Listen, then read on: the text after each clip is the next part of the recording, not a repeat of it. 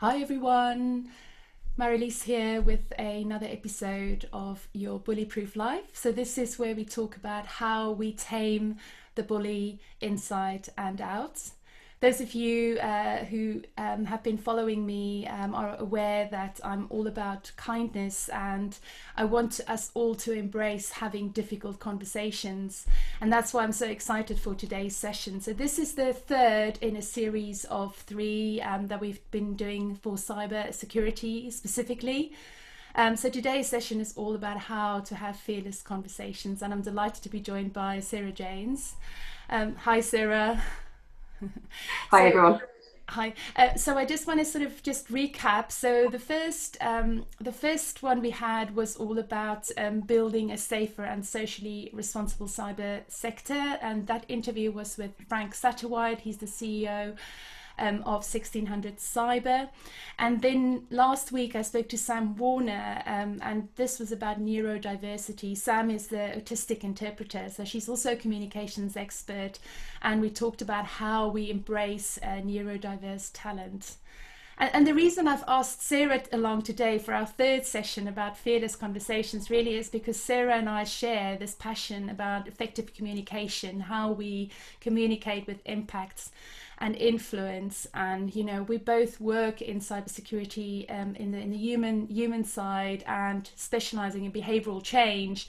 And we both passionately believe that you only change behavior through conversation. So let me tell you a little bit about Sarah, and then we'll ask her a few questions. So Sarah has spent her career managing, delivering, and creating security behavior change programs, both from the inside as BT's security communications manager to consulting and running programs for large international businesses. Sarah has developed new methods for changing behavior, putting conversation back at the heart and executing successful, long-lasting champions programs. I think when I think about you, Sarah, I always think about your champions programs and how amazing they are. So that's kind of, I think, fair to say, your sweet spot. Sarah is now the owner and founder of Layer 8 Limited, a business dedicated to creating secure behaviors, where she continues to focus on developing practical methods businesses can use to create secure cultures. Since founding the business in 2015, Sarah has delivered programs for some of the world's most prestigious brands and is a regular speaker and contributor on security culture, behavior, and awareness. Welcome, Sarah. So before, Hello. before we go into the session and the content on communication, I would really just like to hear a bit more about you and who you are and why you do what you do. Yeah, no problem. Well, thanks for the introduction. It's always really weird hearing people talk about you like that, but I appreciate it. Um, I guess why I do what I do, I've always been really intrigued about people and why they do what they do and why we say the things that we do. And I guess the more I got involved in my career in business, I found that as I started to research kind of the psychology behind why people did things and why people said things, I could gain this real kind of compassion and understanding of how people worked, and kind of use that. Then I hasten to use the word to say the word use because it sounds negative, but actually when we understand the reason why people behave and do things and communicate in a certain way, we can ask ourselves, well, how can I do something to influence that? It's helped me understand so many things in my personal life and in my business life, including understanding my mother-in-law. Well, if you can understand that, then I think I'm onto a winner. So, as you said, when I set the business up in 2015, I'd come from this quite long background in security awareness, but very traditional security awareness. But I was really interested in this question, can we change employee behaviour when it comes to cyber security? And if we can, how can we do that? Is there a model? Is there something that we can put together? And I guess, lucky being my business, I got the opportunity to research and try out some of my new techniques on some very willing volunteers in the early days, all centered around, how can we use communication as the catalyst for change? How can we use conversations as a catalyst for change? And I guess I would hasten to add, the conversation being the catalyst, not the only thing that helps people change. But when we have conversations, we can give context, we can have meaning. And that's what I've done, I suppose, for the last 5 years, is worked on those programs, a lot around using conversation to really pep up your champions program, to have good conversations about cyber at board level, and also integrating it into some of the kind of bog standard training materials, because we've still got to hit compliance requirements, but how can we make that a little bit more interesting, and how can we get some communications going off the back of those? So short introduction to me. So all about hearts and minds. And is it fair to ask whether Charlotte tests your communication skills frequently?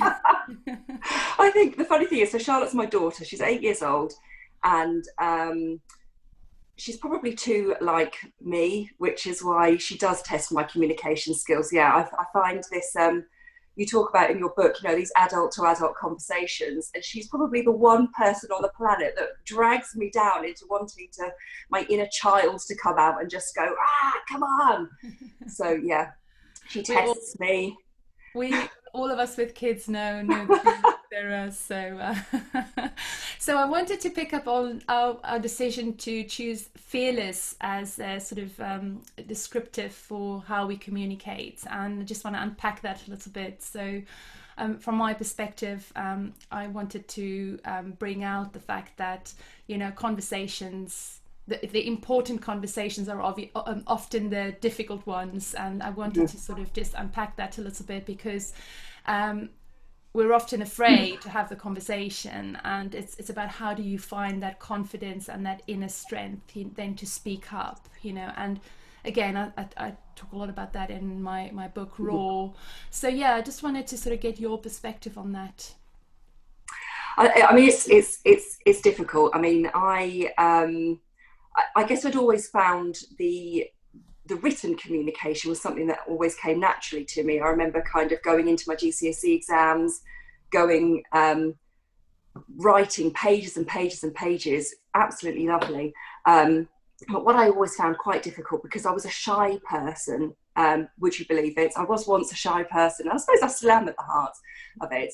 I found the verbal communication quite difficult, and particularly in a business sense. I mean, I remember I talk about being given an ops director's role when I was 26, and I look back on it and I felt like I was given the role of ops director because, I don't know, there was nobody else around, I was in the right place at the right time, but obviously I'd earned it, but just not recognise that. And I remember going to meetings, and you'd do that creeping death around the table, or hi, I'm Marilise, I own this business, I've done all of this, and it would come to me and I'd be like, I'm Sarah James and I'm the ops. I couldn't say director because I kind of felt like I haven't earned that.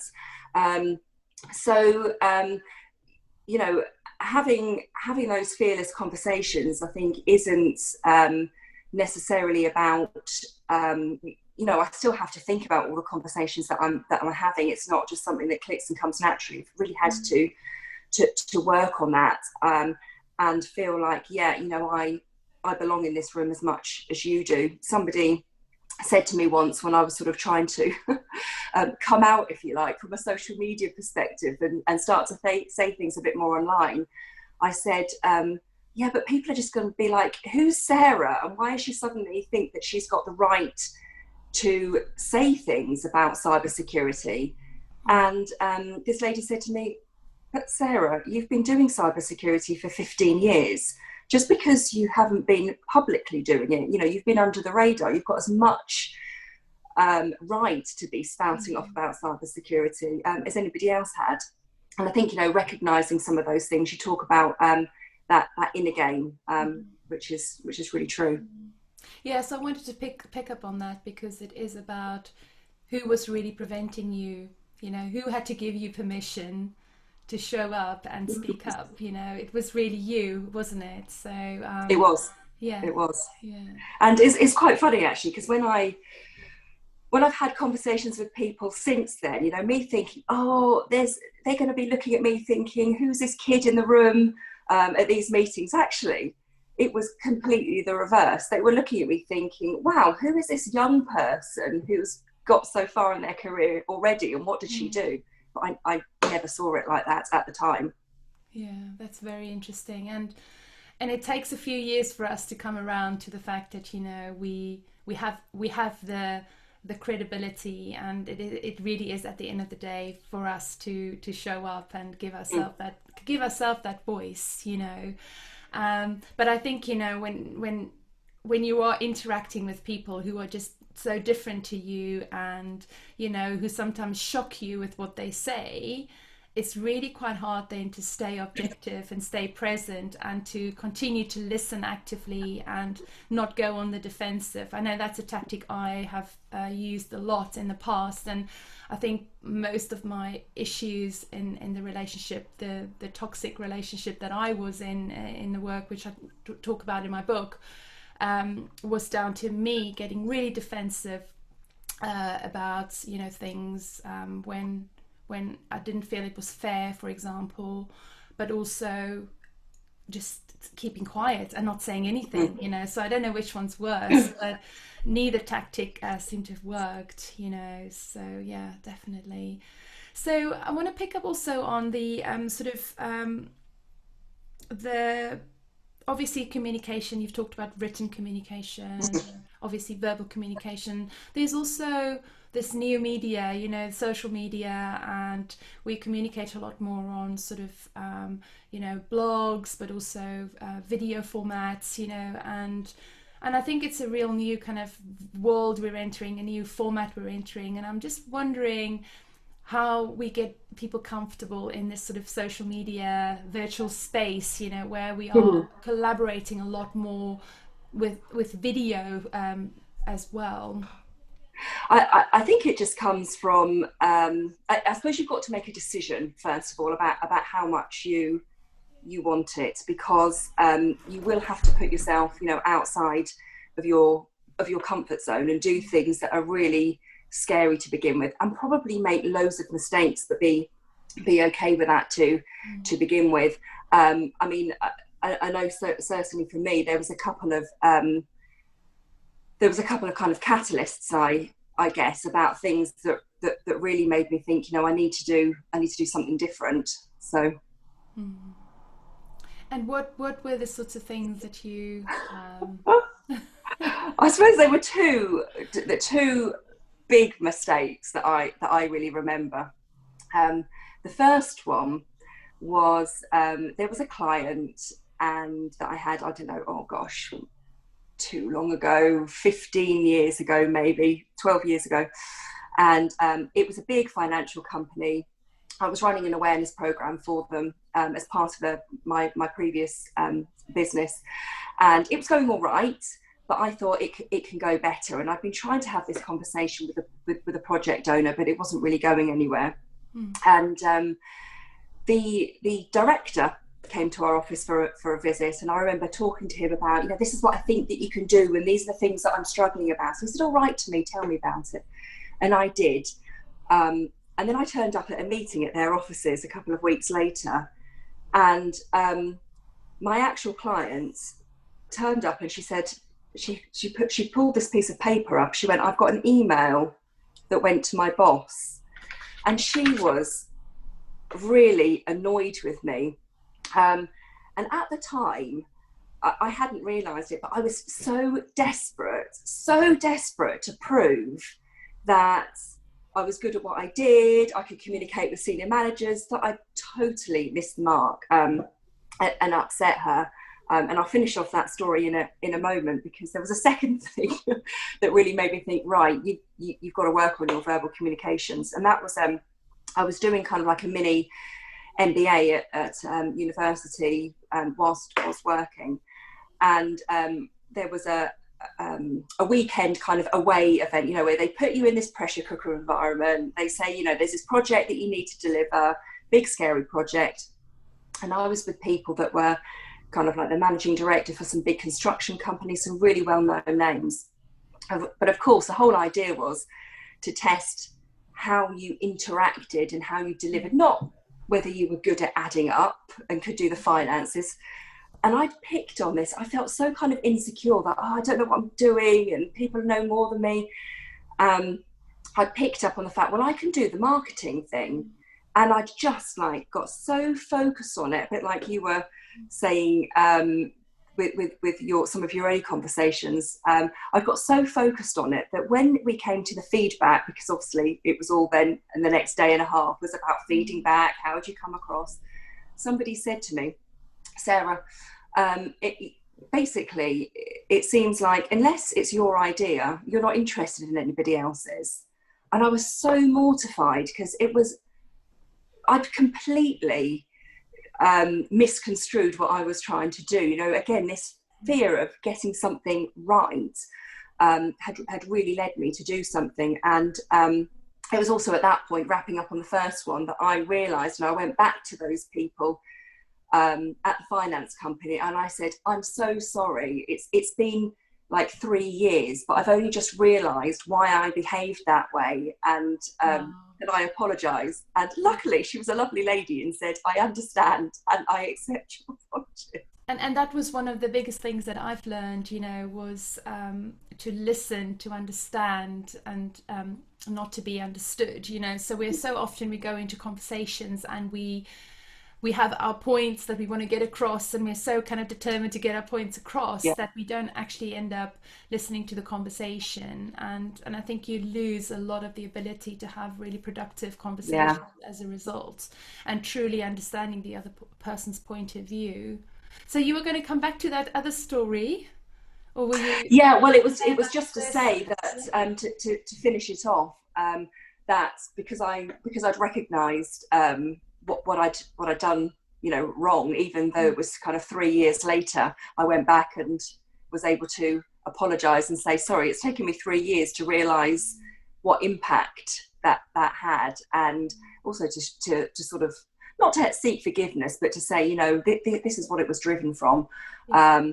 and yeah, going back to kind of some of my points at the beginning, it then helped me understand that a lot of what people say isn't driven from a place of wanting to do harm and damage. You know, I guess there are some people, but most of the people, if they say something that comes across in the wrong way, it's not usually their intention to do that. So understanding why is really good. And in terms of something that I really, kind of one of my mantras, I guess, is it's really easy, I think, when something happens to say, oh, well, that person doesn't understand me, or that person's not very good at this. But that leaves you really frustrated because you can't do anything about it if you lay the blame somewhere else. If you say, okay, perhaps this person feels like this, what can I do to influence it? And sometimes it's nothing. Perhaps sometimes the best thing is to do nothing or say nothing. You know, you were saying earlier about sometimes I've said nothing. Sometimes that is the right thing to do, but other times, if you understand why they're doing something, why they're saying something, you've got the ability to influence and have a different outcome. Yeah. And I think that's such an important learning point, you know, at least for me personally, was this idea that I have to take radical responsibility, that I have to take ownership and accountability, because the only person's that behavior that I can control is my own. I cannot control the other person, you know, and that was quite a big, you know, from a communication perspective, it really has helped me, you know, just really understand that, you know, what they say and what they do say more about them than it says about me, and Yeah. it's not personal. You know, that sort of dynamic of it's not personal is really, really important. You know, and I think when I sort of talk about, you know, the difficult conversations, you know, Mm-hmm. I think it's often, as you say, it's very much the case. People don't intend to do harm. You know, it's not like we have bad intentions, and we're not always aware of the impact that we have on other people. But because we don't then check it out. So if you've said something to me and it's, you know, hurt my feelings, and I then say nothing, if I don't check it out and understand, you know, was that your intention? Um, then then it becomes a big problem. And that's why I encourage people to have the conversation, Exactly. to really have the difficult conversation, even though sometimes your heart beats in your throat and you don't quite know how you're going to say it, but it is that sort of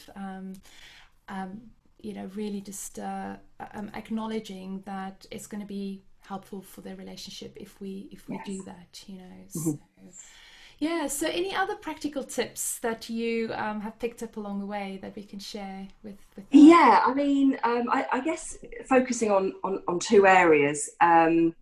First of all, learning how to talk, be at the moment in front of the camera, but I suppose other times it's actually being on stage. That was something that completely freaked me first, but I thought I knew I had to do that.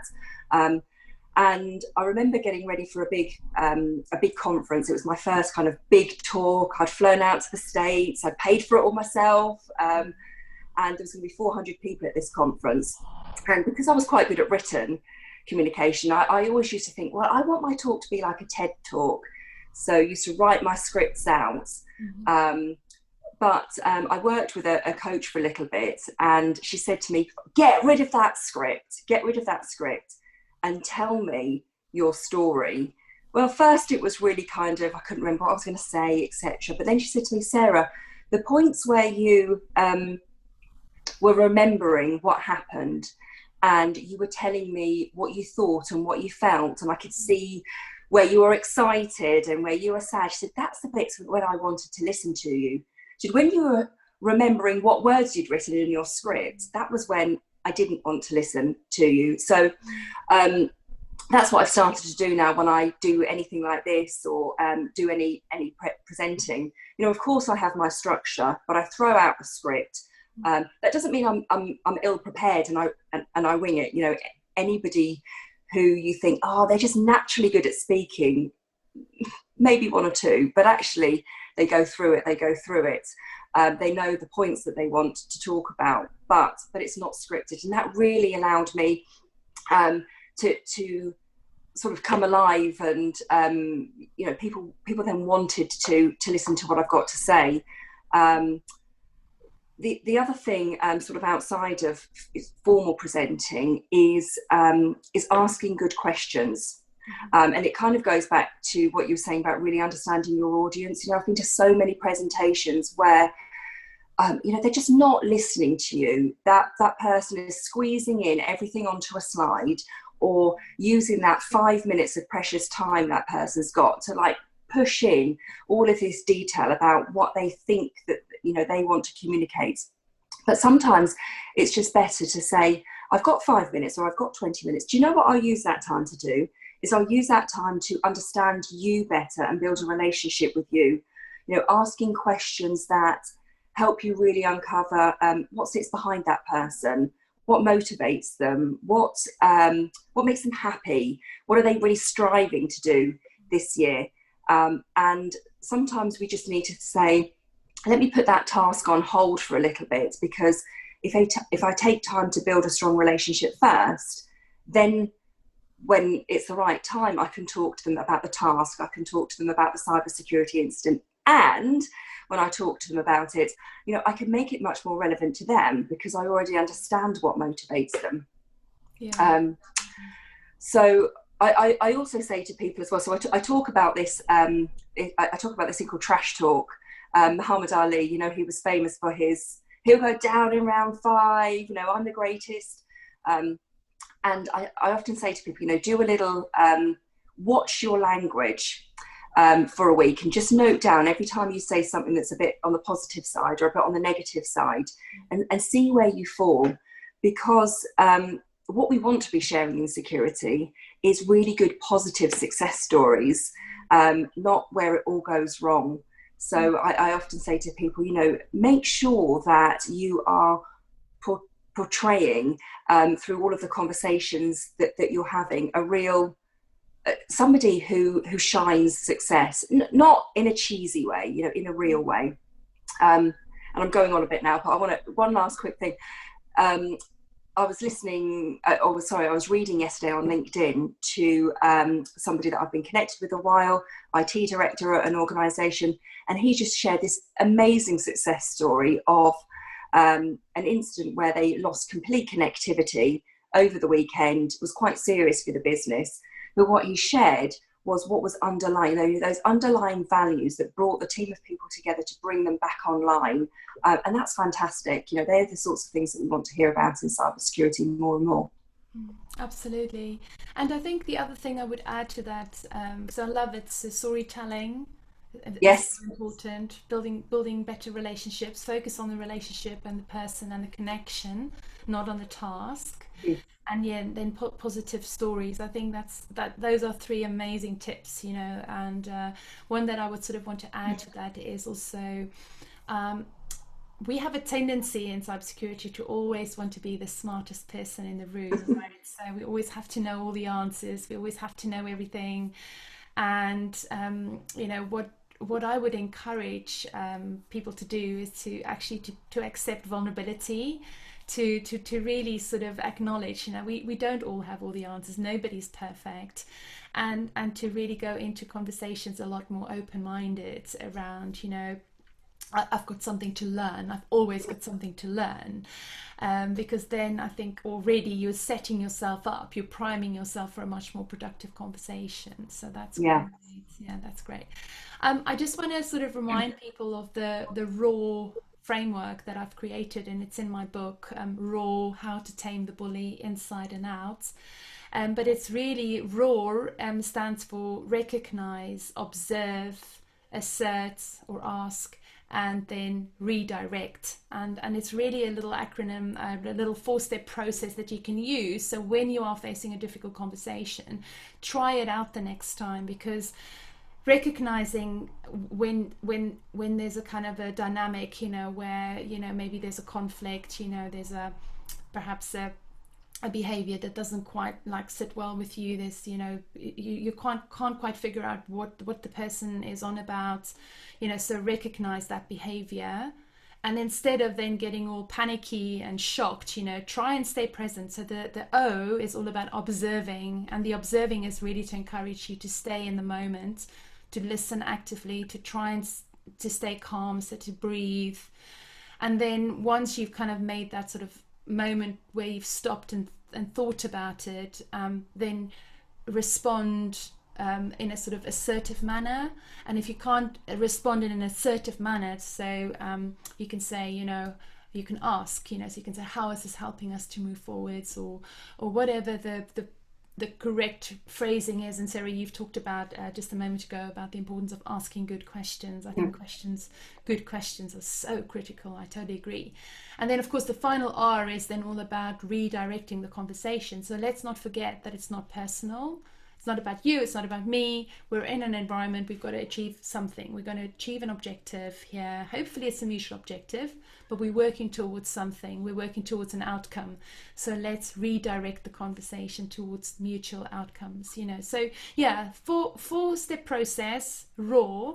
And yeah, if you want to sort of try it out next time you have a difficult conversation with someone, it's not going to work the first time. Obviously these things take practice. There's no 5-minute miracle kind of silver bullet, to fix these things.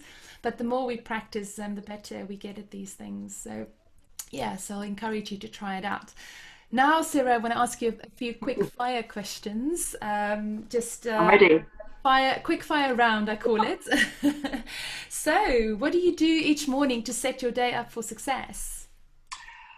I'm an exercise freak, so for me it's get up before anybody else in the house is awake, get out on the bike, 20 miles, I don't know, 5-mile run, do something crazy in the garden, like do chin-ups on my daughter's climbing frame, but anything outside that is getting my heart beating. Fabulous. Oh, that's so great. And you obviously very modest, because you are actually a very good triathlete. So yeah, But next before level. children, I was. Next level. What do you do daily to recharge your batteries? I mean, I suppose that kind of the exercise comes into that as well, actually, because all day I'm sitting and my mind has had it by the end of the day. so the exercise recharges. If I'm feeling particularly like I need a bit of TLC, you know, my muscles are a bit sore, then I've recently started to take up yoga, which is most people think, yeah, you know, it took me a long time to make my mind quieten down, but yoga was great. I've been doing yoga for 3 months now, and yeah, it's a mental battle. I wouldn't lie, you know, it's one of those things where busy people just don't have time to do yoga. And I always say, if you Yeah. are a busy person and you don't have time, then you need to do it Mm, twice as long every day. true. And yeah, no, so it's interesting. It's my type of yoga is called gravity yoga, and it's holding poses for 2 to 5 minutes, and it's really working deep on the hips and the sort of the spine and the hamstrings, which are the areas that I Oh, struggle. wow. But yeah, it's torture, absolute torture. So, what advice has influenced you the most in your life, and why?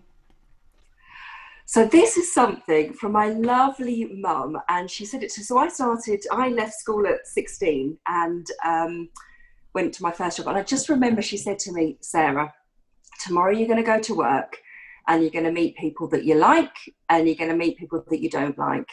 She said, you haven't got a choice with who you work with, but don't talk about anybody behind their back. She said, it will get you in trouble, and you know, you don't need that. And I really respect her for that, but, you know, I still remember it. And yeah, I think there's no place for sort of that nastiness, you know, that should be left behind when you leave the school playground. And unfortunately, it's not in a lot of places. But yeah, best piece of advice my mum ever gave me. Like, yeah, choose kindness, hey? Exactly. If you can see, it's cool to be kind. Well, I'm doing things the wrong way around. Cool to be Yeah. kind. Right. So, can you recommend a book that people should read, and why? Okay. So sorry, but, you know, two books. I've got to do two books. First book is Nevermore by Jessica Townsend. The reason that I'd recommend that book, I'm reading it for the second time now with my daughter. It is a children's book, but it's really good. And if you do just want a bit of escapism, you want to kind of float off into another world where people travel around on umbrellas and really crazy things, it's good. It just takes your mind off. Um, Another book is one that I've used probably for about 10 or 15 years. It's called Organisational Life Cycles by Adizes. And I think particularly if you're running your own business or you're in a small business, it shows you how organisations work. And every time I've come to, you know, had a situation where I think, what's going on in my business? Why am I having these problems? Is this normal? You go to this book and it's like, oh, yes, thousands of other organisations have been going through this as well. Here's how I can get out of it. Here's the things that I can do. So yeah, love that book. And again, that's a book that you gifted to me, and it's on my. Again, I'm like, I'm not doing it wrong. Anyway. I think you can It's say, I think it's over it's your left on me. shoulder. Anyway, I'm being silly now. Yeah, and then one final question. In one sentence, what is the legacy that Sarah wants to leave? So, bottom of my heart, when you first asked me that, it's just, I just want my daughter to be in this world strong, healthy, happy. It sounds cheesy, it sounds cliche.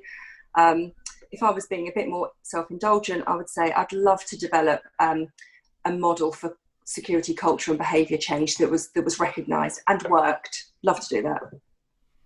That sounds amazing, and nothing wrong with wanting your children to be proud of you.